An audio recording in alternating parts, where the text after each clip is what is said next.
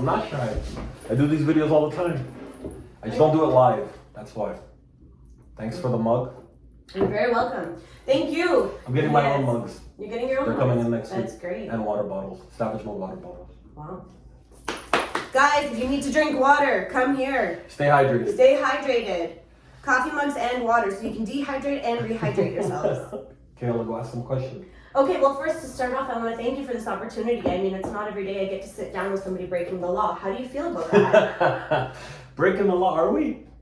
Well, I mean, it depends on what you constitute as law, but I mean, according to Ford and the rest of the government, yeah, you're breaking the law.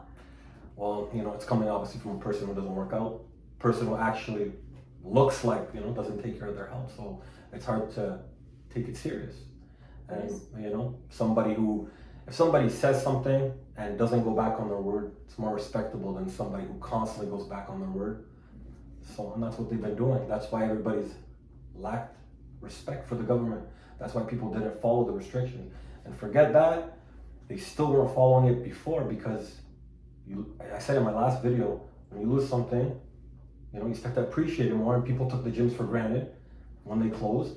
And now they saw the importance of what it was doing for them, their lifestyle. When they're done work, they go work out, relieving stress. And if you're home, you have anxiety, you can just get up and drive and go to the gym. And now they can't do that. So. Well, I think for a lot of people, the gym is a saving grace. I know it has been for myself for years. That was the time of day that I took out for me. But the problem is now a lot of people are recognizing their mental health is declining without having these spaces readily available to them. Mm-hmm. They did come out with saying that people could use these facilities provided they had proof of their mental health declining. Mm-hmm. How do you feel about that as an owner and a trainer? It's the truth. It's the truth. Your mental health is going to decline if you're staying at home 24 hours a day with these lockdowns, especially this one, the stay-at-home order. Yeah. Can you blame them? There's nothing for them to do other than feel depressed, feel shitty about themselves, gain weight. Yeah. But it's kind of they've really cornered them because they're saying, okay, well, you go work out, but it can't be indoors. Mm-hmm. Okay, gyms are closed. They said we had to be closed. So where are you gonna go outdoors? There's no equipment. And then they even said you can't be outdoors. And now they're saying you can be with a mat and all these things. Just kind of like that's why people were kind of like over it. Yeah. How has your mental health been throughout this process? Because I can't imagine being open, closed, trying to find ways to operate throughout each shutdown, making sure that everybody in your facility is safe, healthy, remains that way. That's a lot of stress and pressure on you, especially with a decline in revenue, which we all can't deny right now. Do you feel like you've suffered at all mentally throughout this process? It's not just me, yeah. As bad as you think you have it in life, there's people out there who always have it worse. There's businesses who've lost everything they had, that have been planning on opening their business, probably from 5 years ago. Yeah. And my business has been succeeding. I could have opened any other business and I probably would have failed right now, but they really are targeting the gyms, which is what I'm passionate about. And a lot of these gyms, there's a lot that are just, franchise. Anyone could just go be a franchisee, but mine's a personal gym. There's a story behind it, and everybody knows it. I've shared it. And with the lockdowns, it's crazy because my old location was the size of a living room. Yeah. And I wanted to get these guys in to train so they could stay out of trouble and not go down the road that I went down. So it was so small now that they were training at my gym. I actually had to sign up to another gym so they could train. That's how busy I got. And then the old location, when I sold all my equipment to my clients for half the price, and because they kept messaging me, how you still training there during lockdown? They'd see my videos, and it was kind of selfish of me to do that, but for that week I probably put on 9 pounds, and I felt how they felt. You know what I mean? So it's been very stressful for everyone. Yeah.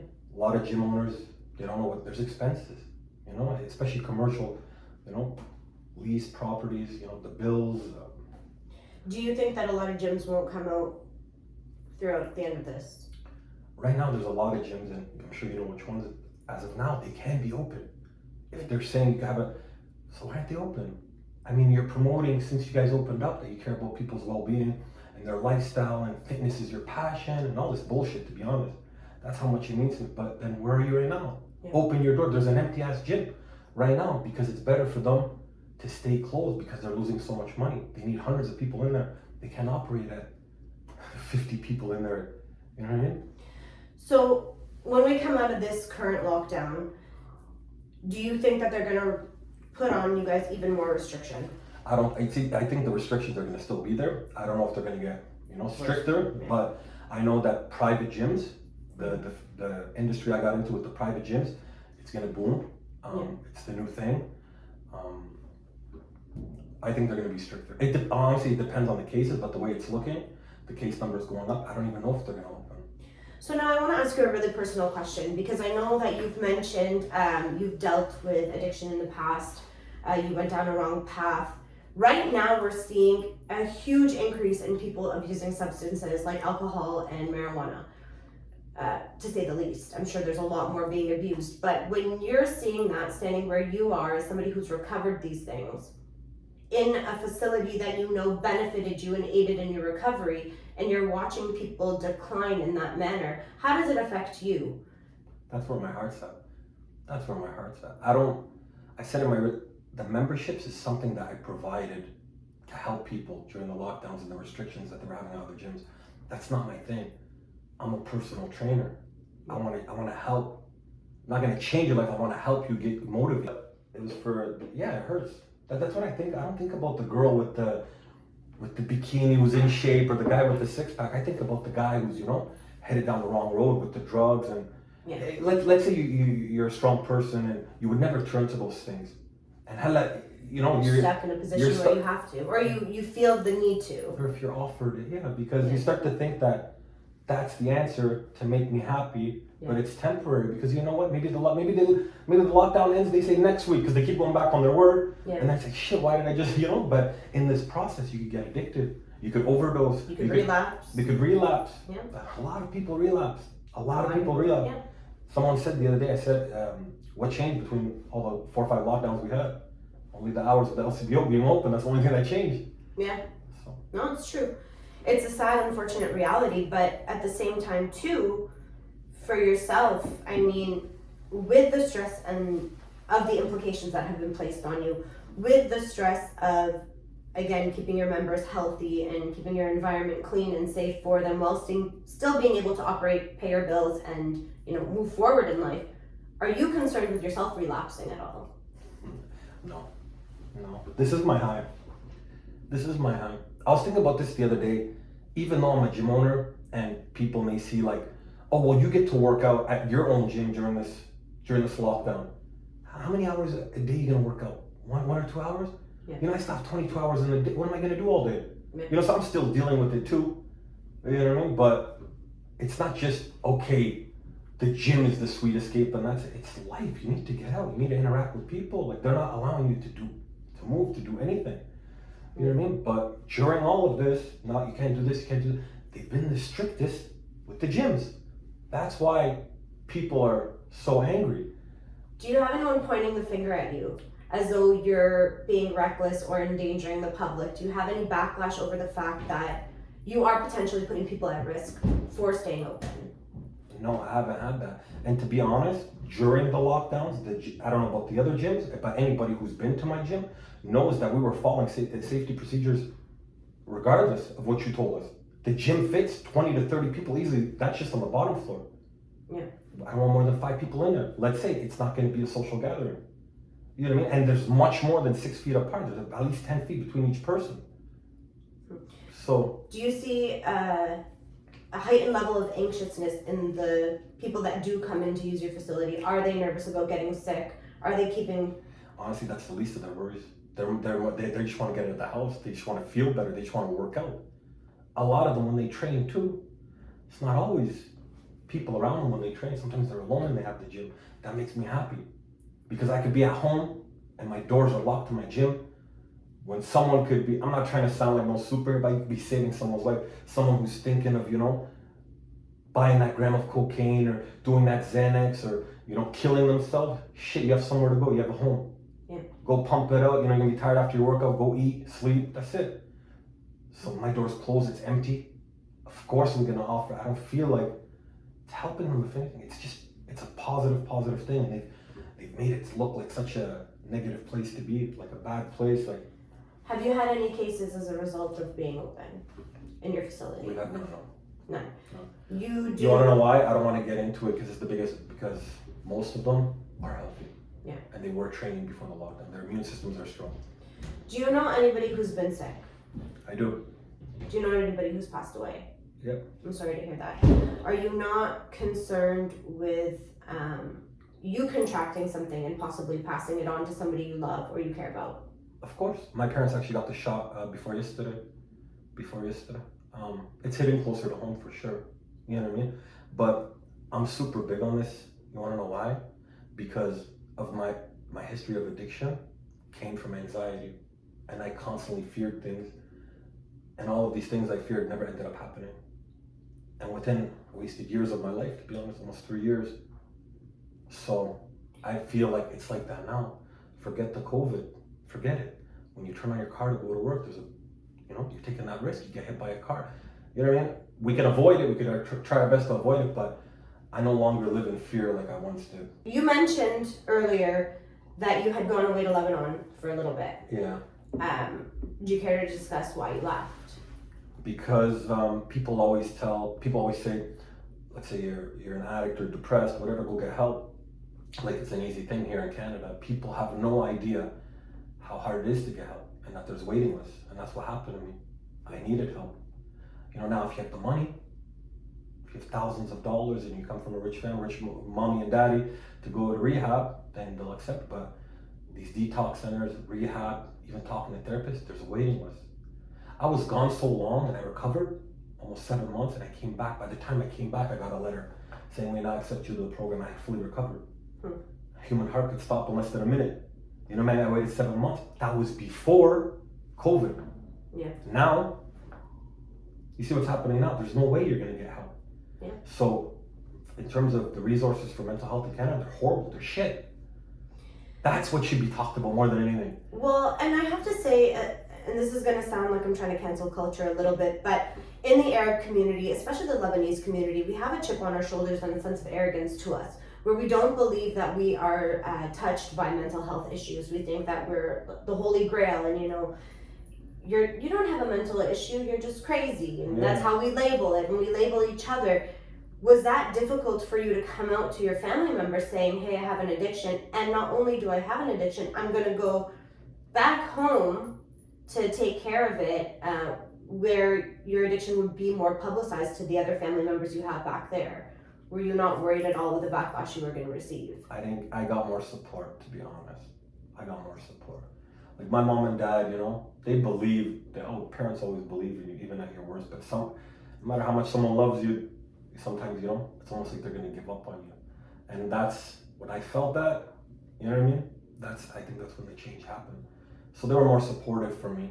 And yeah, you're right though, Arabs, like especially the guys, we want to show we're masculine, the older generation, like our parents, like they've been to war and all these things, and it's not okay to cry, you gotta act strong.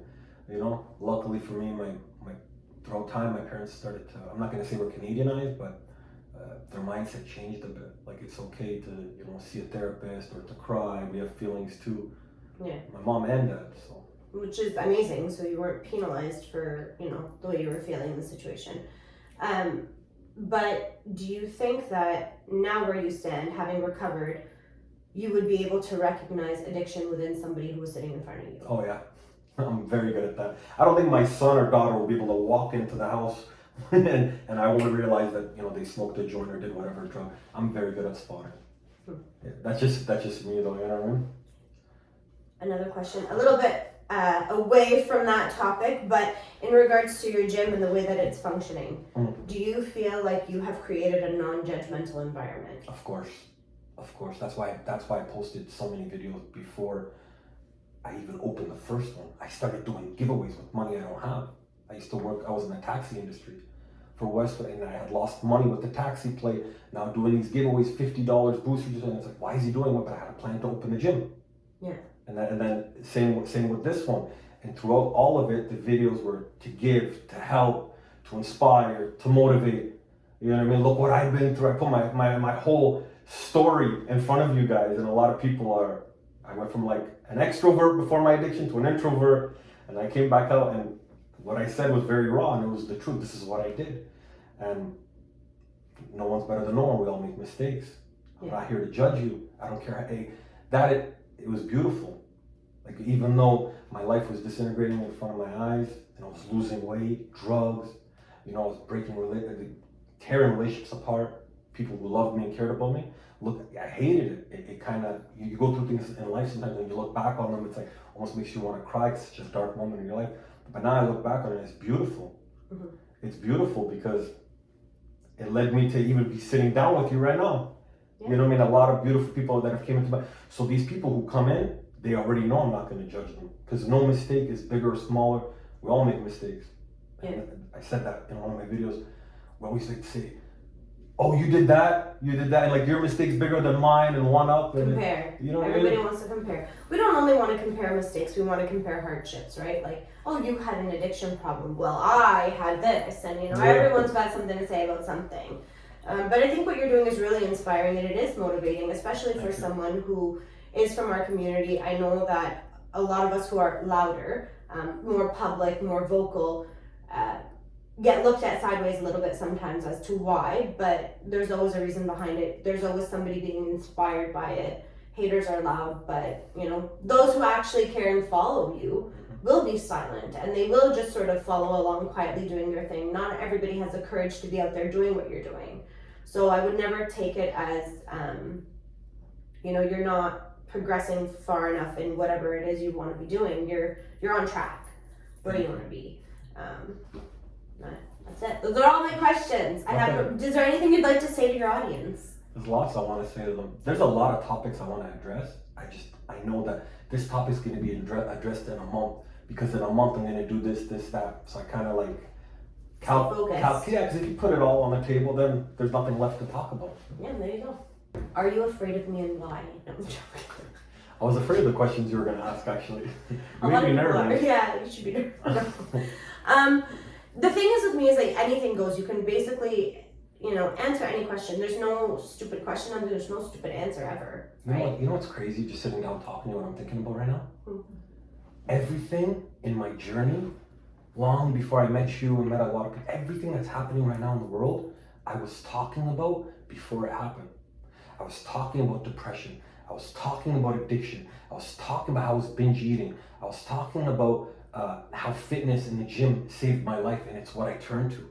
Yeah. And then I opened the gym, and then the virus, and now people are experiencing mental health problems, and you know what I mean? So looking you back, manifested. yeah, because when I look back on were those videos stupid? What should I say? But now it's so relatable. It's not even like. Listen, I'll tell you. If you go back to my old personal page, that I still use for business when my business is operating, but if you go back to that, there was a video I posted over 100 weeks ago. That's what it tells you how many weeks ago, and it was about how we're gonna raise our kids if this lavish lifestyle we had of ours just stopped, and how fitting when everything paused, basically, that the birthday parties you throw for your kids, these big events are all just sort of stopped right now. Mm-hmm. And it makes you wonder. I think a lot of people had an intuition about the situation. Not that we knew COVID was coming, but something was coming. Mm-hmm. And it's interesting to see how everyone's life sort of panned out throughout that process. But my last question for you is that where you are now, I'm sure it's not where you pictured yourself to be, but are you still proud of where you ended up? Yeah, I'm beyond proud, but there's still so much more left to do. I said it before. I said, if life was a book, what chapter would you say you're on in your life right now? I would say I'm writing a new book. Yeah, I'm on chapter 1, and it's not gonna end. Yeah. I see no end. Yeah. I see no end. Well, and that's the thing, right? Every time you reach a goal, you haven't actually reached a goal. You've just reached a new starting point. So Yeah. This is where your future now starts. You know what's crazy too?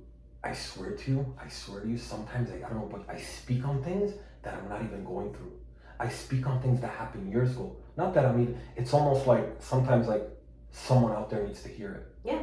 And I feel like in my heart it's reaching these people. Yeah.